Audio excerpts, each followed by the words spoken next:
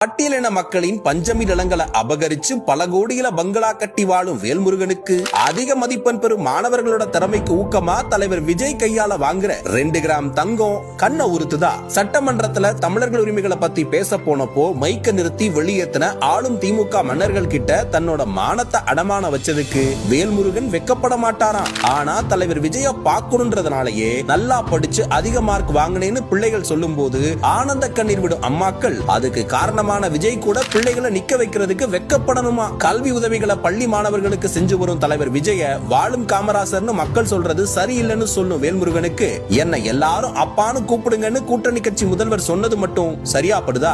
அரசியலுக்கு வரும் விஜய் நேரா ஜெயின் ஜார்ஜ் கோட்டைக்கு தான் போகணுமா? ஏன் உள்ளாட்சி பொறுப்புக்கெல்லாம் போக மாட்டாரான்னு கேட்கிறாரு. உள்ளாட்சியில விஜய் மக்கள் இயக்கமா நின்று வெற்றி பெற்று வரலாறு படைச்சதுக்கு அப்புறம் தான் தேர்தல் அரசியலுக்குள்ளேயே வந்திருக்காரு தலைவர்ன்றது பாவம் வேல்முருகனுக்கு தெரியாது போல. பாமகவில இருந்து பிரிஞ்சு தாவாக்கா தொடங்க வேல்முருகனும் ஜெயின் ஜார்ஜ் கோட்டைக்கு தான் குறி வச்சாரு. மக்கள் ஆதரவு இல்லனதும் திருடர்கள் முன்னேற்ற கழகம்னு எந்த கட்சியை சொன்னாரோ அவங்க கூடவே கூட்டணி வச்சு ஆளு மன்னர்களுக்கு சேவகம் செஞ்சுக்கிட்டு இருக்காரு. அரசியலுக்கு வரதுக்கு முன்னாடியே ஆதாயம் தேடும் குணம் இல்லாமலேயே பள்ளி ஆண்டு தேர்வுகள்ல வெற்றி பெறும் மாணவ மாணவிகளுக்கு ஊக்க பரிசு வழங்குறது, எல்லாரும் பயன்பெறும் வகையில தமிழ்நாடு முழுக்க விஜய் நூலகங்கள் திறப்பு, மாநிலம் முழுவதும் விஜய் படிப்பகம்னு அடிப்படை முன்னேற்றத்துல அக்கறை கொண்ட ஒரே மனிதர் இப்போ அரசியலுக்கு வந்துட்டாருன்றனால தளபதி விஜயா இருந்தவரு இளைய காமராசரா மக்கள் ஏத்துக்கிட்டு இருக்காங்க. மாணவர்கள் பெற்றோர்கள் மட்டுமில்ல ஒட்டுமொத்த தமிழ்நாடும் தன்னோட எதிர்பார்ப்புகளை தலைவர் விஜய் அவர்கள் பக்கம் திருப்பி இருக்கு. அதுக்கான சாம்பிள் தான் தலைவர் விஜய்க்கு கிடைக்கிற வெற்றி முத்தம். கல்வி கண் திறந்து மதிய உணவு திட்டம் கொண்டு வந்த பெருந்தலைவர் காமராசருக்கும் சத்துணவு திட்டம் கொண்டு வந்து பள்ளி குழந்தைகளை